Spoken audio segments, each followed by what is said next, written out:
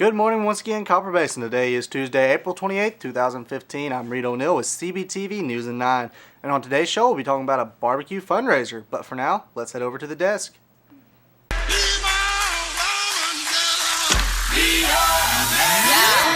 Yes, I be your woman. Yes, I be your baby. Yes, I be whatever that you tell me when you're ready. Yes, I be your girl, forever your lady. Hey guys, I'm Megan. I'm Caroline. And Brooklyn's not here. And on today's show, we're talking about warm days. Yes, but first let's head over to weather.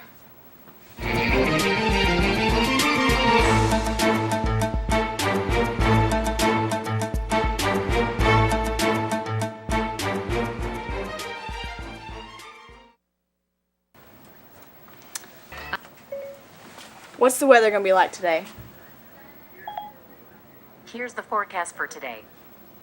Okay, so it looks like around 8 a.m. It's going to be 37 degrees, which is super duper cold. And the high is 71. You know, let's hope it gets warm because it's cold outside. It might be blackberry winter because there's flowers on the blackberry bushes. Yes. But low is 37. This morning. Yeah. So Cold. that's all for weather. Let's go to PSA. I know I could get arrested and lose my license if I drive impaired, and I know I could get grounded forever. I know I need to be home by curfew, but I still need to drive safely and obey stop signs and red lights. I know I may get grounded, but it's better than not getting home at all. Wow, so I do know a lot. I know that teens are more likely to be in crashes than adults. Did you know more than 300,000 teens are injured in crashes each year? Don't crash a car. Yeah, pay attention. Yes. Or your car will end up looking like mine. Even though it's fixed, kinda now. It looks prettier. Kinda. It does look a lot prettier. It's not, the hood's not tied down anymore. Yes. Yeah. Now let's go to sports with me. With her.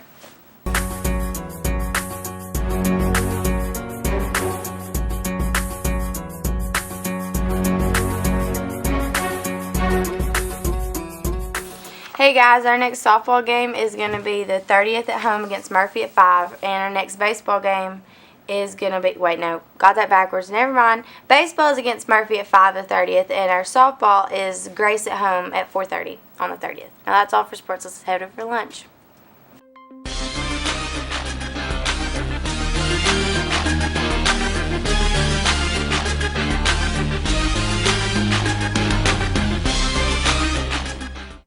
Today's lunch in line 1 is pizza quesadilla, pinto beans, fruit and milk. And line 2 is pepperoni pizza, garden salad, corn, fruit and milk. Tomorrow's breakfast in line 1 is pancake on stick with fruit juice and milk. And in line 2 is a Nutri-Grain bar of yogurt with fruit juice and milk. Now that's all for lunch. Human beings in a mob. What's a mob to a king? What's a king to a god? What's a god to a non-believer who don't believe in anything? If you find yourself sweating out a day that is monstrously hot, chances are you can blame humanity.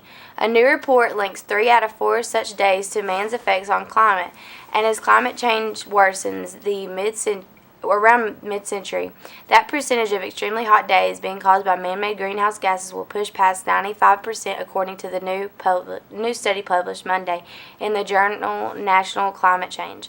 Humans have not had any great effect on heavy downpours, though. The Swiss scientists who did this study calculated that 18% of extreme rain events are caused by global warming. But if the world warms another 2 degrees Fahrenheit, 1.1 degrees Celsius, expected to happen around mid-century, about 39% of the downpours would be attributed to humanity's influence, according to the study. That influence comes from greenhouse gases, mostly carbon dioxide from the burning coal, oil, and gas. Lead author Eric Fletcher, a climate scientist at ETH Zurich, a Swiss university, and colleague Reto Canuti examined the hottest of hottest days, the hottest 0.1% using 25 different computer models. Fisher and Nudie simulated a world without human-caused greenhouse gas emissions and found those hot days happen once every 3 years.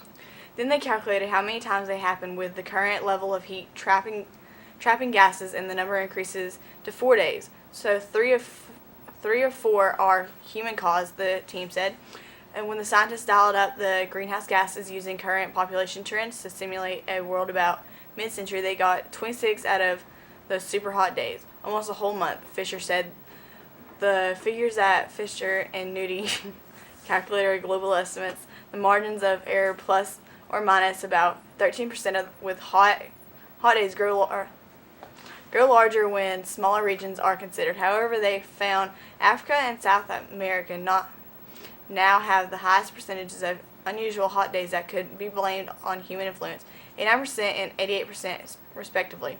Europe at 63% and North America at 67% come in at the lowest. By mid-century, if emissions continue at current pace, all continents will be able to blame at least 93% of super hot days on humans.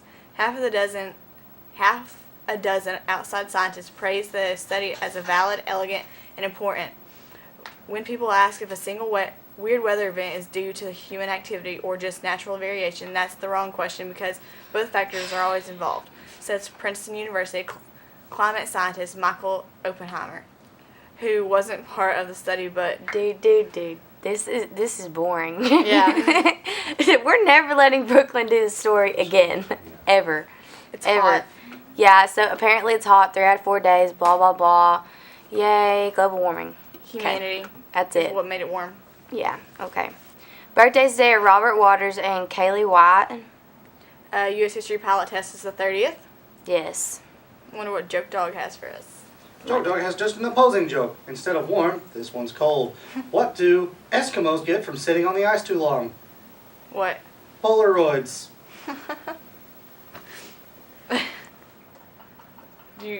I get it. Okay. Well, let's head to a sponsor ad.